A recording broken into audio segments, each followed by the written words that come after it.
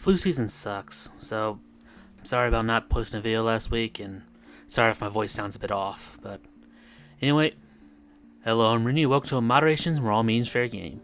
You know, we get an okay number of views on this channel. Most of our videos get around 20 to 100 views in the first few months, before slowly gaining momentum later on. I bring this up because one of our videos we did for Halloween has become a runaway success. The webcomic Erma. The story is about a half-Onryu just living her life. It's primarily comedy mixed with a touching story, and I'll attribute most of the video's success due to an animation they posted on Halloween. Sure, it was just an expansion on one of their earlier comics, but it showed how well this property can be adapted into a web cartoon. But let's get down to the reason for making this video. Spirits Bloom was a spin-off graphic novel which told the story of how Erma's parents, Sam and Emiko, met. And I'd highly recommend you grabbing a copy of yourself, or as I did, gift it to a family member and then ask to borrow it later. And I can't convey to you how much self-control I had to not read this before Christmas. But again, I'm getting off track. The reason I'm making this video is her family is now becoming the focus of the next story arc, and now this side story has become required reading material.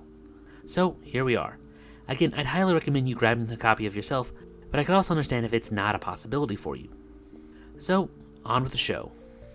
Sam ran into Emiko around town and they got on the topic of sightseeing. But she never stays around in one place long. Sam makes a case for her to spend a little bit more time to get to know the town, and volunteers to show her around. They go to the normal places, but nothing sparks her interest. He then tries some more gothic locations, and the two hit it off. And for a trip that was only supposed to last an afternoon, turned into weeks and eventually the rest of their lives. Which didn't last as long as you'd think, as a limo crashed into a ball of fire and twisted metal. Sam is comforted by his family, but shortly returns to his home. And then, a few months later, his brother comes over, as the couple of letters he sent reads like she's still there. Fearing that Sam started to lose his grasp on reality, he confronts him, only to be interrupted by Emiko. She says it best as, yes, she is dead, but she was dead long before the accident, and then gives her backstory.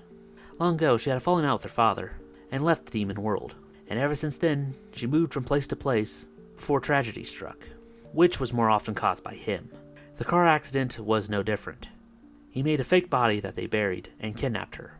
Her sister helped her escape, and here they are. They promised to deal with whatever happened together, and especially with Erma on the way.